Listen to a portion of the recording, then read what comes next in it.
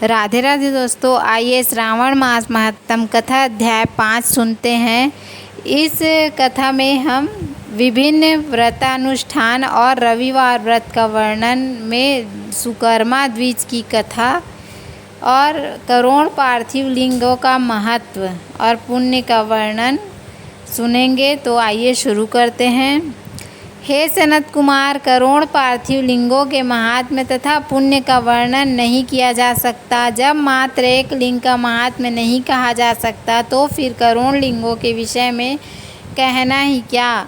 मनुष्य को चाहिए कि करोड़ लिंग निर्माण असमर्थता में 1,00,000 लिंग बनाए या 1000 लिंग या 100 लिंग ही बनाए। यहाँ तक कि एक लिंग बनाने से भी मेरी सन्निधि मिल जाती है।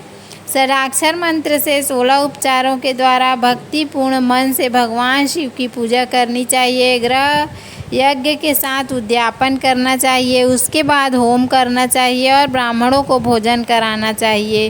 हे सनत कुमार, इस अनुष्ठान को करने वाले की अकाल मृत्यु नहीं होगी। यह व्रत बांझपन को दूर करने वाला, सभी विपत्तियों का नाश करने वाला तथा सभी संपत्तियों की वृद्धि करने वाला है। मृत्यु के पश्चात वह मनुष्य कल्प पर्यंत मेरे समीप कैलाश वास करता है। जो मनुष्य श्रावण मास में पंचामृत से शिव जी का अभिषेक करता है वह सदा पंचामृत का पान करने वाला, गोधन से संपन्न, अत्यंत मधुर भाषण करने वाला तथा त्रिपुर के शत्रु भगवान शिव को प्रिय होता है। जो इस मास में अन्नदान व्रत करने वाला तथा हविष्यान ग्रहण करने वाला होता है वह व्रीहि आदि सभी प्रकार के धान्यों का अक्षय निधि स्वरूप हो जाता है। पत्तल पर भोजन करने वाला श्रेष्ठ मनुष्य स्वर्ण पात्र में भोजन करने वाला तथा शाक को त्याग करने से शाक करता हो जाता है। श्रावण मास में केवल भूमि पर सोने वाला कैलाश में निवास प्राप्त करता है। किसी तीर्थ क्षेत्र में सूर्य ग्रहण या चंद्र ग्रहण के अवसर पर 1,00,000 जप से जो सिद्धि होती है वह इस मास में एक बार के जप से ही हो जाती है। अन्य समय में जो 1000 नमस्कार और प्रदक्षिणाएं की जाती हैं उनका जो फल होता है वह इस मास में एक बार करने से ही प्राप्त हो जाता है। मुझको प्रिय इस श्रावण मास में वेद पारायण करने पर सभी वेद मंत्रों की पूर्ण रूप से सिद्धि हो जाती है। श्रद्धा युक्त होकर इस मास में 1000 बार पुरुष सूक्त का पाठ करना चाहिए तथा कलयुग में उसका 4 पाठ करना चाहिए। गुरु पत्नी के साथ संसर्ग जन्य पाप के लिए यही महान प्रायश्चित है। इसके समान पुण्यप्रद, पवित्र और पापनाशक कुछ भी नहीं। पुरुष सूक्त के जप के बिना इस मास में एक भी दिन व्यतीत नहीं करना चाहिए। जो मनुष्य इस फल को आशीर्वाद कहता है वह नरकगामी होता है, अर्थवाद कहता है वह नरकगामी होता है। इस महीने में समिधा, चारू, तिल और घृत से गृह यज्ञ होम करना चाहिए। शिव के रूपों की भली भांति ध्यान आदि करके धूप, गंध, पुष्प, नैवेद्य आदि से पूजन करना चाहिए और अपने सामर्थ्य के अनुसार कोटि होम, लक्ष्य होम अथवा 10 सहस्त्र होम करना चाहिए।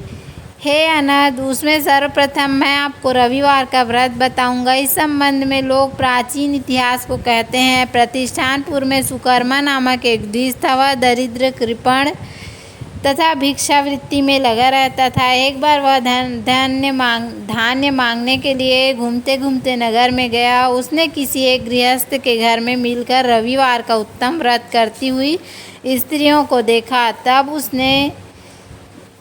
तब उसे देखकर वे स्त्रियां परस्पर कहने लगी कि इस पूजा विधि को शीघ्रतापूर्वक छिपा लो। इस पर वह विप्र उन स्त्रियों से बोला, हे श्रेष्ठ स्त्रियों, आप लोग इस व्रत को क्यों छिपा रही हो? समान चित्त वाले सज्जनों के लिए परमार्थ ही स्वार्थ है। मैं दरिद्र तथा दुखी हूँ।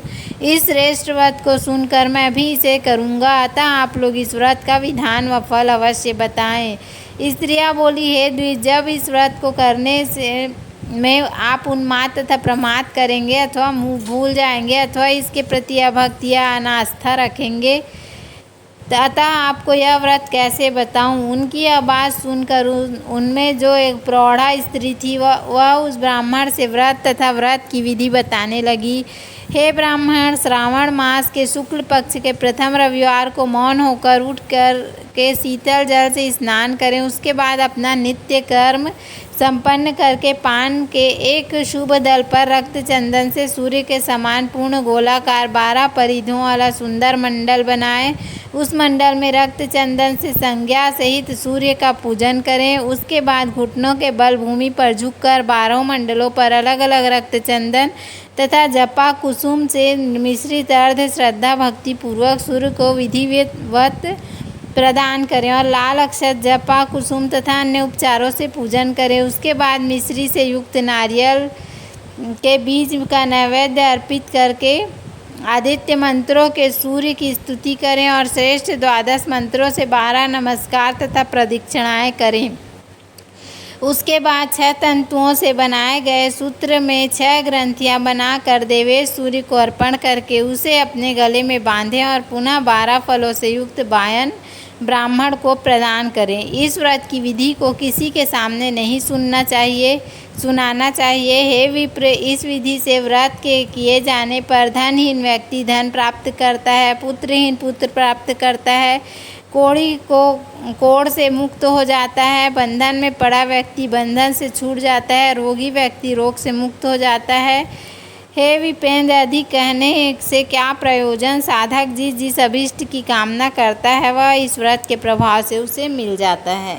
इस प्रकार श्रावण के 4 रविवारों और कभी कभी 5 रविवारों में इस व्रत को करना चाहिए की संपूर्णता के लिए उद्यापन भी करना चाहिए। उसके बाद उन पतिव्रताओं को नमस्कार करके वह ब्राह्मण अपने घर आ गया। उसने जैसा सुना था उसी विधि से उस संपूर्ण व्रत को किया और अपनी दोनों पुत्रियों को भी वह विधि सुनाई। उस व्रत को सुनाने मात्र से शिवजी के दर्शन से तथा उनके पूजन के प्रभाव से वे कन्याएं देवांगनाओं के सदृश हो गई। उसी समय से उस ब्राह्मण के घर में लक्ष्मी ने प्रवेश किया और अनेक उपायों तथा निमित्तों से धनवान हो गया। किसी दिन एक बार उसके नगर के राजा ने उनकी दोनों कन्याओं को देखा। वे बहुत ही सुंदर थी और राजा ने उस ब्राह्मण को बुलाकर उन्होंने दोनों कन्याओं को मांग लिया। तब उस ब्राह्मण ने हर्षित होकर दोनों कन्याएं राजा को प्रदान कर दी। उस राजा को पति रूप में प्राप्त करके वे कन्याएं भी प्रसन्न हो गई। वे स्वयं इस व्रत को करने लगी और पुत्र पौत्र आदि से संपन्न हो गई। हे मुने, महान ऐश्वर्य देने वाले इस व्रत को मैंने आपसे कह दिया। हे विधि नंदन, जिस व्रत के श्रवण मात्र से मनुष्य सभी मनोरथों को प्राप्त कर लेता है, उसके अनुष्ठान करने के फल का वर्णन कैसे किया जाए। बोलो भोलेनाथ पार्वती मैया की जय। तो उम्मीद है आपको हमारा वीडियो पसंद